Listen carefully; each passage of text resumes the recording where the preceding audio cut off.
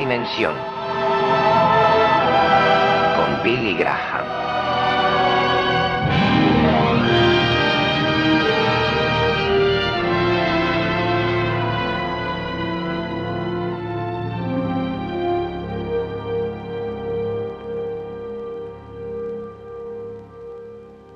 Lo llaman una ventana al universo, este telescopio de 200 pulgadas situado en lo alto del Monte Palomar, en el sur de California. En todas las noches despejadas del año, un astrónomo en la jaula del observador en lo alto de la cúpula de plata sondea los ilimitados confines del espacio exterior. En una sensible película fotográfica, el gran ojo de 200 pulgadas ha registrado la luz de, literalmente, millones de estrellas. Y aún no ha llegado el final. Durante siglos, filósofos y científicos se han hecho la pregunta: ¿dónde está el final? ¿De dónde viene todo? Por supuesto, la ciencia no conoce la respuesta a estas preguntas, pero hemos aprendido lo suficiente a través de instrumentos como este para darnos cuenta de que nuestra Tierra es un mero grano de arena en la vasta orilla del universo estrellado.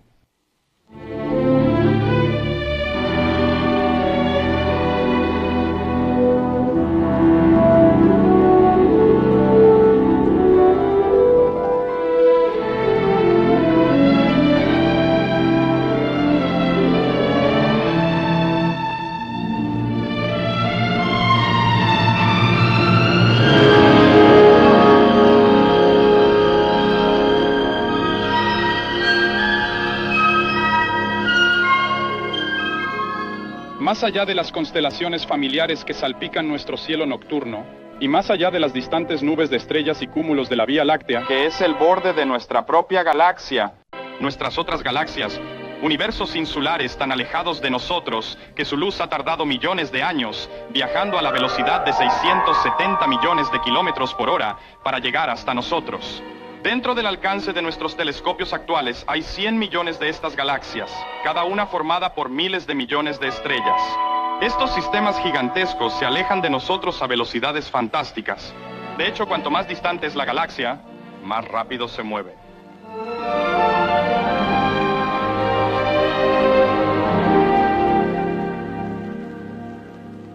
Muchos astrónomos creen que todas estas galaxias tienen la misma edad y que todas partieron del mismo lugar al mismo tiempo. Como escribe Lincoln Barnett, el dotado autor del bestseller El Universo y el Dr. Einstein, todas las pistas de la ciencia apuntan a un momento de la creación, cuando se encendieron los fuegos cósmicos y el vasto espectáculo del universo actual. Se creó el universo. La Biblia dice: en el principio Dios creó los cielos y la tierra. La Biblia nunca intenta demostrar la existencia de Dios. La da por supuesta. El problema es que, con demasiada frecuencia, el hombre intenta someter a Dios al análisis del laboratorio. Pero no podemos poner a Dios en un tubo de ensayo y decir: aquí está Dios, como no se puede poner el amor de una madre en un tubo de ensayo y decir: este es el amor de una madre. Por supuesto, las evidencias de Dios nos rodean. En Palomar, sondeamos los confines ilimitados del universo estrellado, y con el microscopio podemos ver un universo igual de inescrutable, pero tan pequeño, que nuestros instrumentos más potentes solo pueden arañar la superficie. A simple vista, una gota de agua de estanque suele contener partículas diminutas en movimiento. Al microscopio, las partículas se convierten en organismos vivos, el mundo de los protozoos. No se tarda mucho en alcanzar los límites del microscopio óptico. Unos 100 diámetros bastarán. Pero entonces hay que recurrir al microscopio electrónico.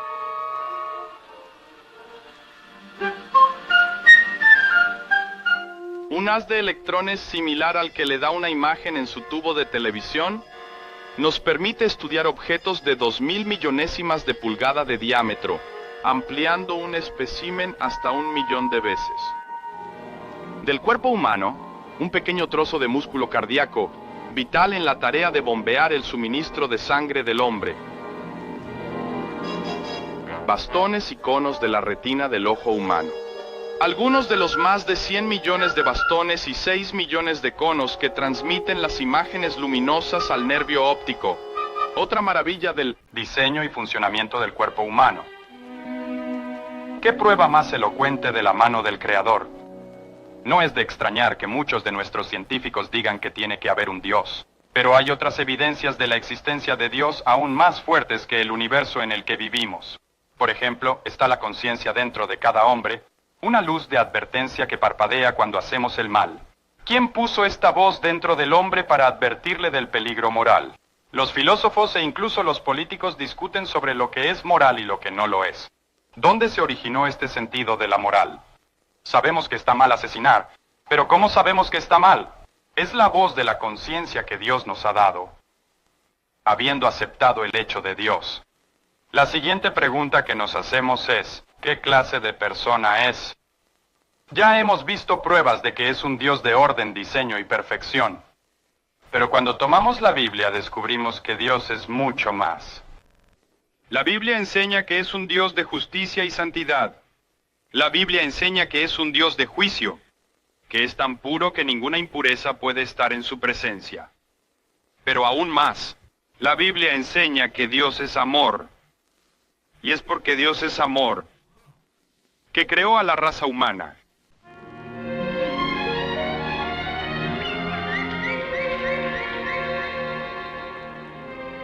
El hombre fue creado para la comunión con su Creador. La Biblia nos dice que cuando se convirtió en un alma viviente, fue colocado en un paraíso y se le dio el privilegio de gobernarlo. Y la Biblia nos dice que en el fresco del día, Adán caminaba con Dios en el jardín del paraíso al este del Edén.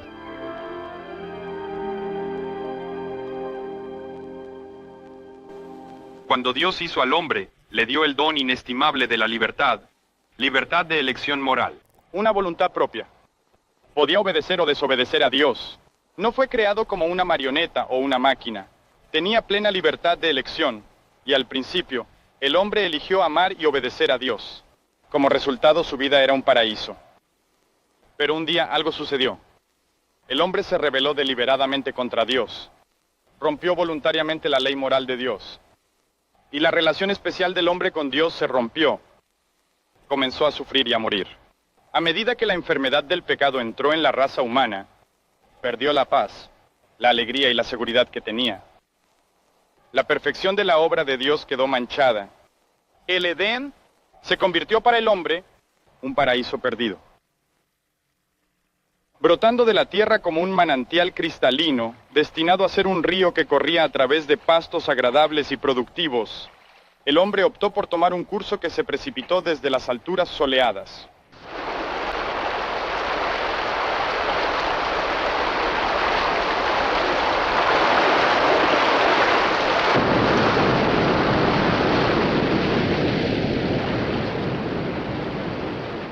Chocando contra las rocas y agitándose entre profundos acantilados sin sol, todas las generaciones aún no nacidas se precipitan hacia abajo con Adán, infectadas por la enfermedad del pecado.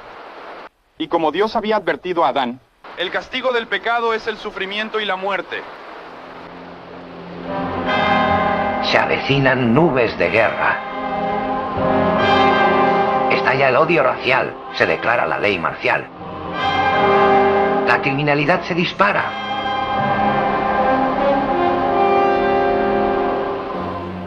La historia del río es la historia del hombre desde Adán. Aunque alcemos la voz y pidamos ayuda, seguimos eligiendo deliberadamente, como Adán, el camino equivocado. Como dijo una vez Winston Churchill, el hombre se ha mejorado a sí mismo en todos los sentidos, excepto moralmente. Hemos recurrido a todos los medios para recuperar el paraíso. Nuestros motivos han sido buenos, nuestros intentos loables, pero la Biblia dice que todos se han quedado cortos. Pero Dios se enfrentó a un dilema. A pesar de la rebelión del hombre, Dios lo amaba. Pero siendo justo, ¿cómo podía perdonar al hombre a menos que la pena por el pecado hubiera sido pagada? Esta era la cuestión a la que se enfrentaba Dios. Y con su amor por el hombre tan fuerte, inmediatamente tomó la iniciativa de restaurar la comunión rota, para proporcionar un medio para la redención del hombre. Para asombro de todo el universo, Dios decidió hacerse hombre en la persona de su Hijo.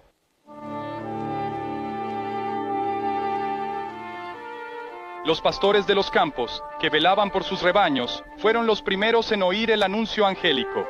Os traigo buenas nuevas de alegría que será para todo el pueblo, porque os ha nacido hoy en la ciudad de David un Salvador, que es Cristo el Señor, Dios se ha hecho carne, Dios Hijo que viene a la tierra, como un niño pequeño en un lecho de paja. Era el Dios hombre, era Dios, pero también era hombre. Trabajó con sus manos como hijo de carpintero, afrontando tentaciones y pruebas comunes a todos los hombres, pero no pecó. Cuando llegó el momento de comenzar su ministerio público, se presentó en la sinagoga y declaró que él era aquel sobre quien escribieron los profetas. He bajado del cielo para hacer la voluntad del que me envió. Yo y mi Padre somos uno, dijo. El Hijo del Hombre ha venido a buscar y a salvar lo que estaba perdido. Todo poder me es dado, en el cielo y en la tierra. El cielo y la tierra pasarán, pero mi palabra no pasará. Pasarán. Para aquellos que consideran sus palabras y estudian su vida, uno debe concluir que o era un ególatra, o un deliberado mentiroso y engañador del pueblo, o era quien decía ser.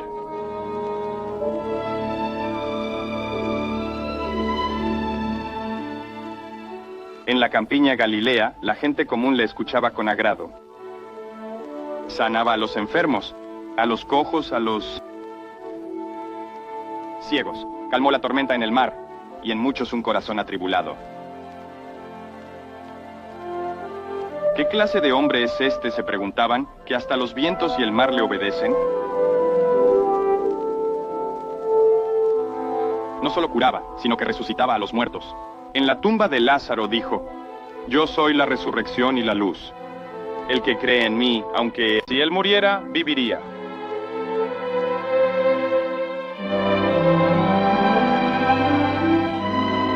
Fue en Jerusalén donde sus palabras calaron hondo en el corazón del pueblo. Jerusalén, capital del mundo religioso, pero una ciudad dividida en su opinión. Algunos creen y otros lo rechazan. El hombre nunca puede ser neutral ante las afirmaciones de Cristo. Él es quien dijo: yo soy la puerta, el que por mí entrare será salvo.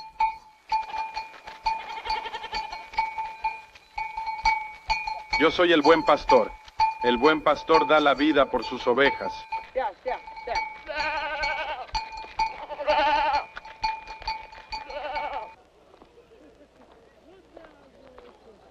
A mí todos los que estáis fatigados y cargados, y yo os aliviaré. Yo soy la luz del mundo. El que me sigue no caminará en tinieblas.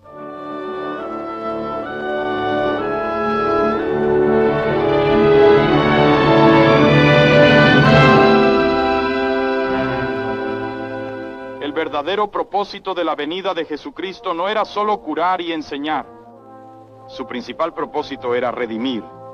Nació para morir, para hacer el rescate de muchos.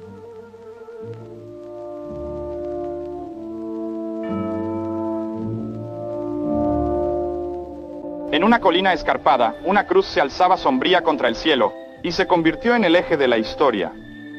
Lo que sucedió en esa cruz es un misterio. De alguna manera misteriosa, Dios tomó todos nuestros pecados y los cargó sobre su Hijo. Dios estaba diciendo desde la cruz a toda la raza humana: te amo, os perdono.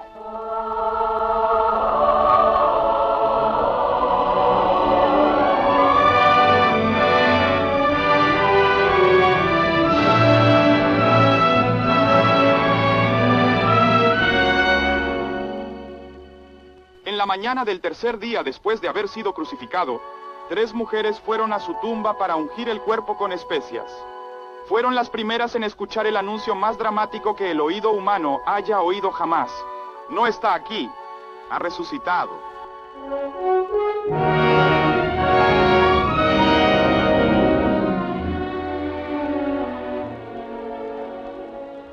Yo soy el que vive y estaba muerto, dijo Cristo. Estoy vivo para siempre, y porque yo vivo, ustedes también vivirán. Por primera vez desde que el pecado entró en la raza humana, había esperanza para la humanidad.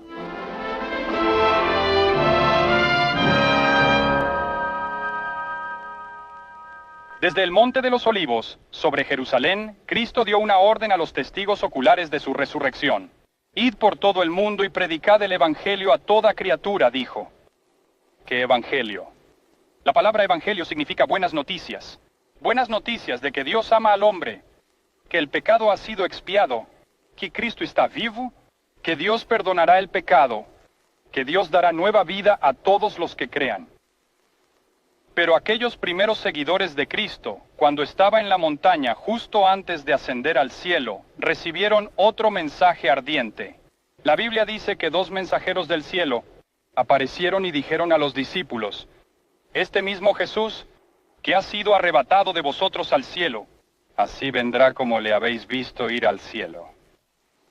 Si la Biblia enseña algo, enseña que Jesucristo vendrá a la tierra otra vez, y que la historia se dirige hacia un clímax dramático.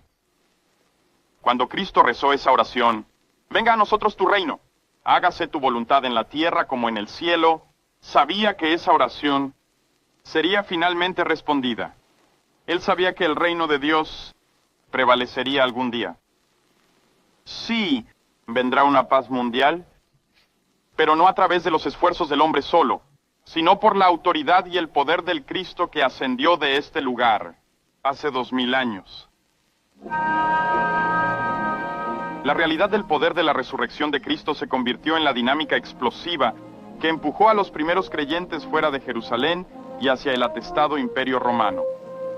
Las rutas comerciales que cruzaban el Gran Mar se convirtieron en líneas de comunicación para las buenas nuevas del Evangelio proclamado por hombres inspirados. Ninguno fue más prolífico que el apóstol Pablo, cuyas ardientes convicciones le llevaron hasta los confines del mundo mediterráneo.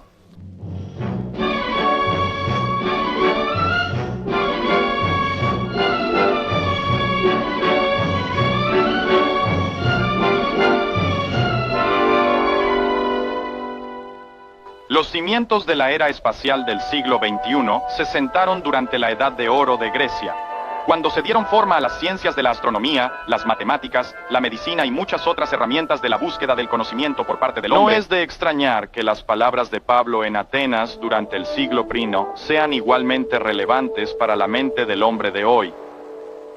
Señores de Atenas, si bien es cierto que Dios ha pasado por alto los días de la ignorancia espiritual del hombre, ahora ordena a todos los hombres en todas partes que se arrepientan, porque ha fijado un día en el que juzgará al mundo entero en justicia por la norma de un hombre que él ha designado. Que esto es así. Ha garantizado a todos los hombres, resucitando a este hombre de entre los muertos.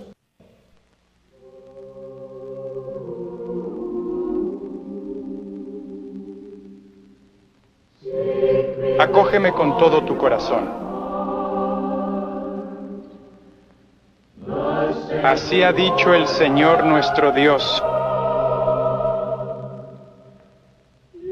Ciertamente me encontraréis igual.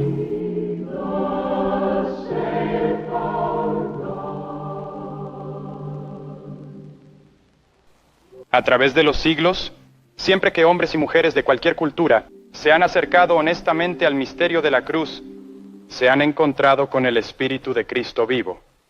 El mensaje de perdón, consuelo y esperanza ha transformado a los hombres de todas las generaciones. Agustín nació en el norte de África y leyó en el siglo IV el paganismo del Imperio Romano. A la edad de 30 años, se fue a Roma, un ingenioso, voluntarioso, sensual y escéptico. La historia de Agustín es la historia de la naturaleza humana.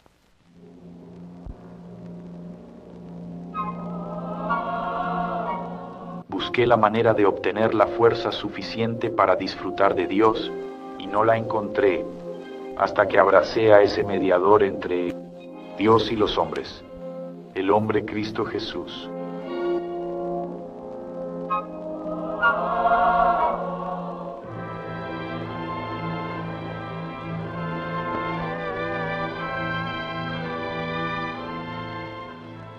Pascal, físico y matemático, incendió el siglo XVII con sus convicciones personales sobre Jesucristo.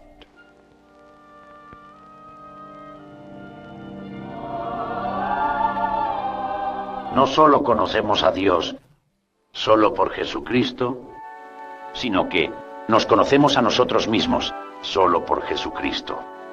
Aparte de Él, no sabemos cuál es nuestra vida, ni nuestra muerte, ni a nosotros mismos.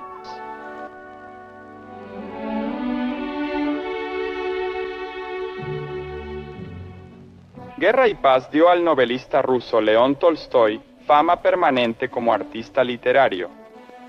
Poco antes de terminar Ana Karenina, entró en un periodo de profunda búsqueda en cuanto al propósito de la vida. Una búsqueda lo llevó a Cristo.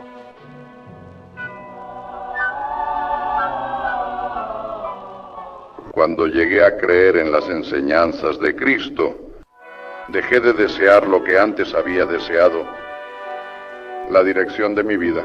Mis deseos se volvieron diferentes. Lo que era bueno y malo cambió de lugar.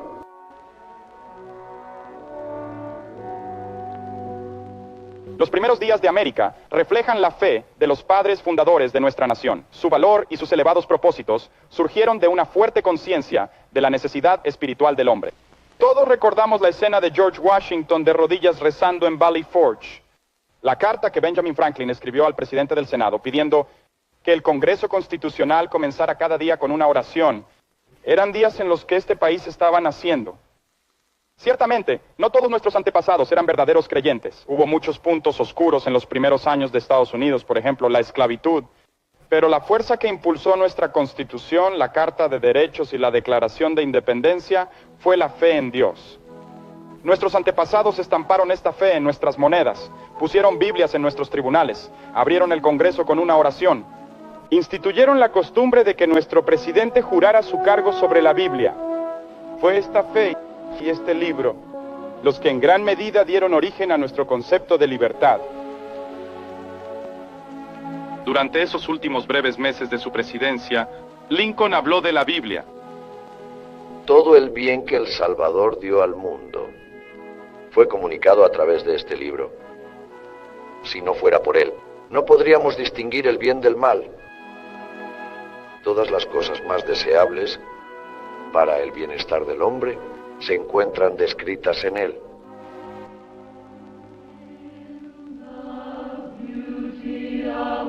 La semilla de los lirios, Cristo nació al otro lado del mar. El mundo nunca entenderá la grandeza y el genio de América sin entender la fe religiosa y las convicciones de nuestros padres. Hay quienes dicen que esta fe estaba bien en el primer siglo. Pero ¿qué pasa con esta era científica en la que vivimos hoy? ¿Sigue siendo la Biblia pertinente y digna de confianza? ¿Puede el Evangelio transformar al hombre moderno? En el campus de la Universidad George Washington, en la capital de la nación, el decano de Artes y Ciencias, Dr. Calvin D. Linton, comparte una convicción personal. No, me temo, Bárbara, que nuestro pequeño y predecible mundo está desapareciendo y que el hombre se está convirtiendo cada vez más en una criatura solitaria en el universo, dudando de su dominio e incluso de su propio entorno. Nuestro miedo a la muerte física ha sido trascendido por un miedo mayor, el de la falta total de sentido. Creo que el hombre debe bajar las escaleras de su autoconcepto y aprender a estar quieto. Solo entonces podrá escuchar las palabras de aquel por quien fueron hechos los mundos, el que declaró: «Yo soy el camino, la verdad y la vida. Nadie viene al Padre sino por mí». Solo el corazón que pone su confianza en este Jesús de la historia y de la eternidad puede afrontar sin miedo el mundo de hoy y el universo de hoy. ¿Y qué hay del mundo de la industria? ¿Son pertinentes las afirmaciones de Jesucristo en el mercado ferozmente competitivo de la empresa comercial? El Dr. Elmer Engstrom, presidente de la RCA, tiene una respuesta. Este modelo de nuestro satélite meteorológico me recuerda constantemente que los avances del hombre a través de la ciencia continúan a escala acelerada. Con la comprensión que estamos desarrollando a través de la ciencia, podemos, dentro de este entendimiento, concebir cómo un ser supremo podría meter sus manos en los asuntos de los hombres y del mundo para influir y controlar lo que ocurre. A esto doy una respuesta definitiva de sí. Yo creo que quien se ha comprometido con Jesucristo como su Señor y Maestro tiene una seguridad y una satisfacción en un asunto en curso que no conocen los que no son seguidores de Cristo. Con Cristo como Maestro y como Señor de la historia, vivir para mí es una experiencia gloriosa y una aventura a su servicio. El psiquiatra jefe de la Universidad de Harvard, Dr. Armand M. Nicolai, Jr.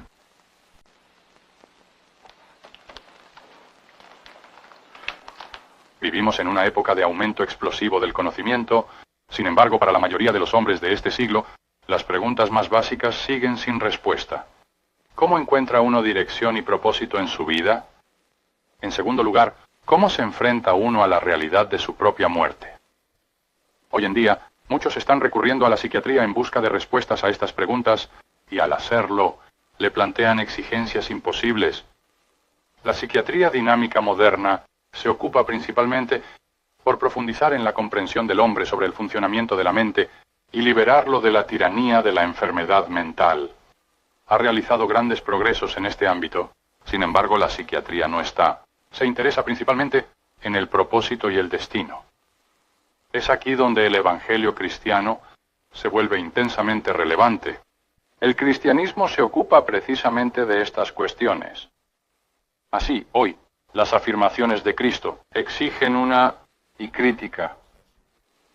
Él aporta a cada vida que le es confiada dirección, propósito y una comprensión de quiénes somos y por qué estamos aquí. Y cuando nos enfrentamos solos, como cada uno de nosotros debe hacer, la perspectiva de la muerte y resurrección de Cristo adquieren un profundo significado. Él reemplaza el miedo, la amargura y la desesperación con esperanza, con fe y con un consuelo indescriptible.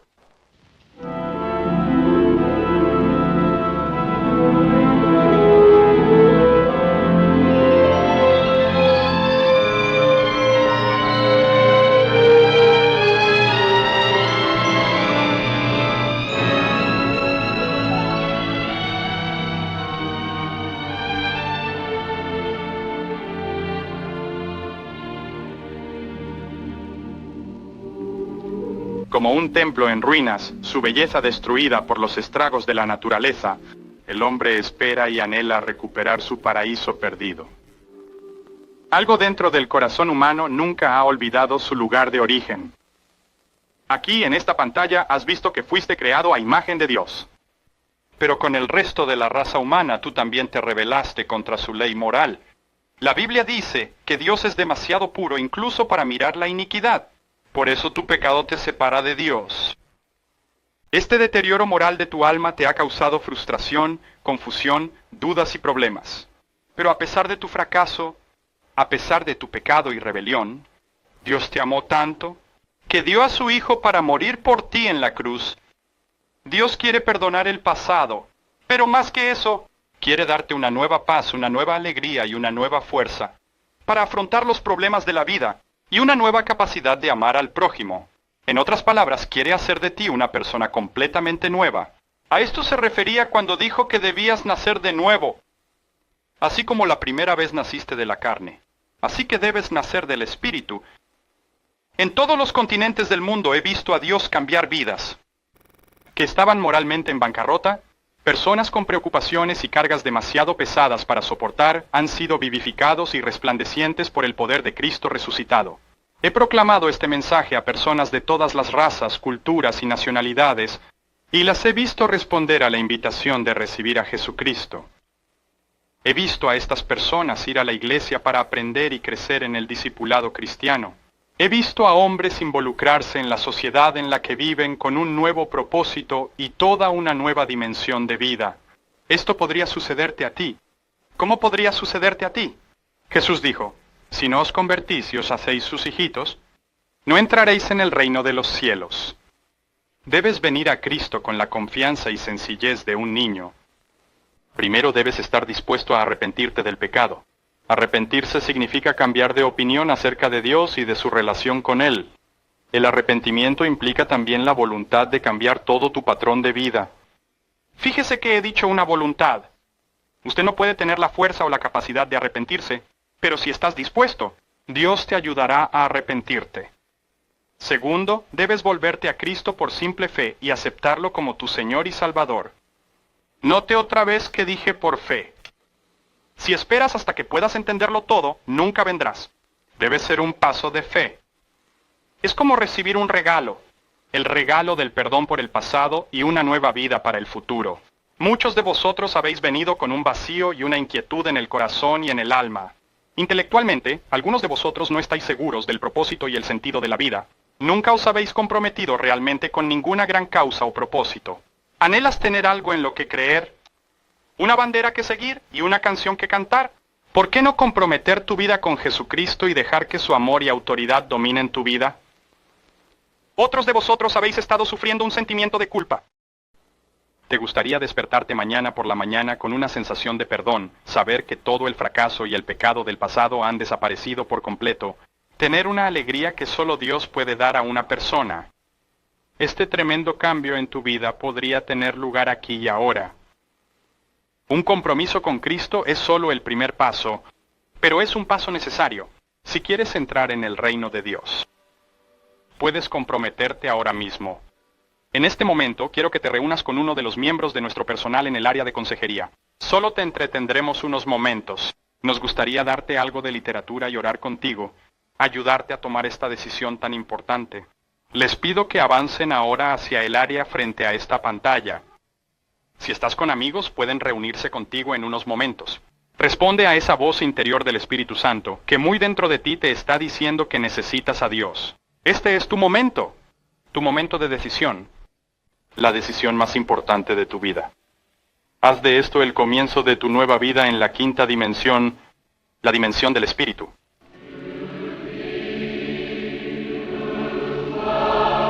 Jesús dijo: Yo soy el camino, la verdad y la vida.